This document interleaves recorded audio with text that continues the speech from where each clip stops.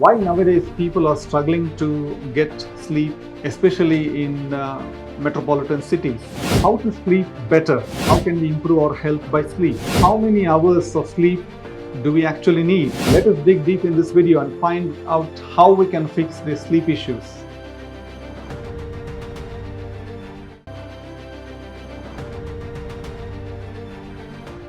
It is no magic number for most people. Seven hours is considered as an ideal amount of sleep that we need.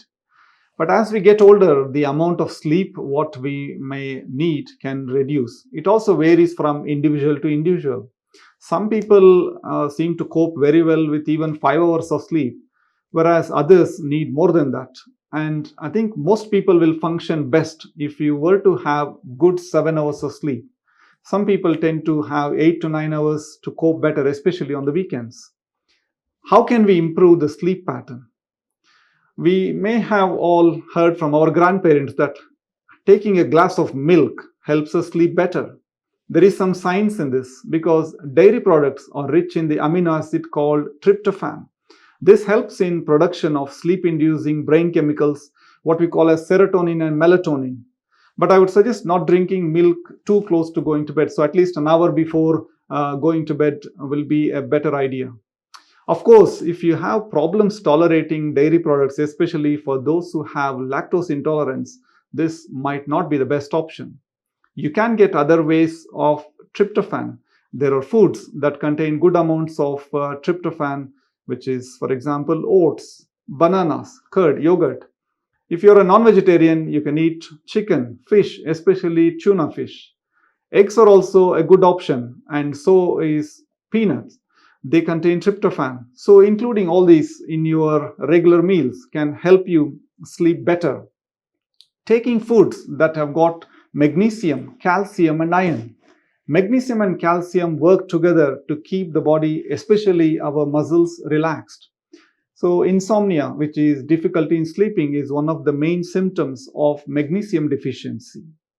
If you are struggling to sleep, try and consume foods that are magnesium rich. For example, spinach, nuts of all kinds, almonds, walnuts, pistachios, whole grain foods, seeds like chia seeds, flax seeds.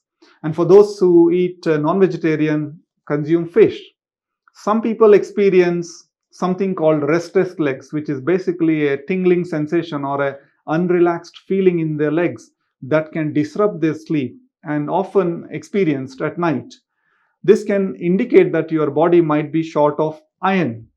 So you need to ensure that your iron levels are good. Next one, the most important one, is to implement some kind of a bedtime routine. After being through a whole day of work, traffic, and all kinds of stress, your body and mind needs to switch off. So you need to try and get to a bed on a scheduled time every night and get up at a reasonable hour. So this kind of a discipline sets your body clock, or what we call as this circadian rhythm. So instead of actually watching television at night close to bedtime, you might use the time better in doing some gentle yoga, read a book, or just having a gentle walk. This gives a better bedtime routine and helps your mind as well as the body to relax better. One of the common reasons I certainly see in my gastroenterology practice is so many of my patients tell me that they are struggling to sleep because they are not getting enough time to exercise, or they don't seem to have the motivation to exercise. So if your body is not tired, then it can be difficult to sleep.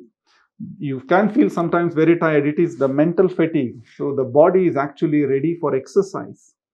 Exercising, especially outdoors, helps produce these endorphins, which lifts our mood, increases the basal metabolism.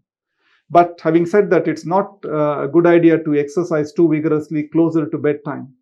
It is something that you should perhaps do first thing in the morning, or at least in the early hours of the evening. Find time for exercise, get some fresh air, which certainly will help you sleep much better. Sugar intake is one of the common culprits. Eating too much of sugar, especially refined sugar, that can boost your energy levels very quickly and then crashes, leaving you tired for the rest of the day. So this can make it difficult to sleep at night because your body is using magnesium, which is an important mineral, to process the sugar. If you're feeling low in energy after a bad night's sleep, you might end up actually reaching for comfort foods, sugary foods, to give you that energy boost. And this can only make your problem worse. So this is like a vicious cycle. So you need to break this. The next one is trying to make a decent or a healthy choice of breakfast instead of eating foods that are in packs, for example, packaged cereals, which have got high amounts of sugar and other additives. So try and have some cooked breakfast at home on a regular basis. Try and make it a habit to eat your evening meals early. Perhaps a lighter dinner is always better. Try not to eat too close to the bedtime, which will invariably disrupt your sleep. And it also can cause various digestive issues, for example, bloating, heaviness, acidity, reflux, what we commonly refer as these common gastric issues. Try and take your evening dinner at least 2 hours before going to bed. For people who enjoy their coffee, try and have your last coffee no later than 3 p.m. in the afternoon. It's because the time taken for our body to get rid of the caffeine, eliminate the caffeine once we have consumed it, will be anything between 4 to 6 hours. So if you end up taking coffee or tea too close in the evening hours, this can also interfere with your sleep.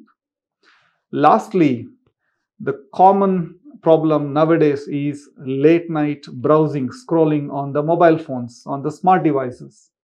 So when the room is dark, your brain starts to sense this and secretes this hormone called melatonin, which helps us to fall asleep.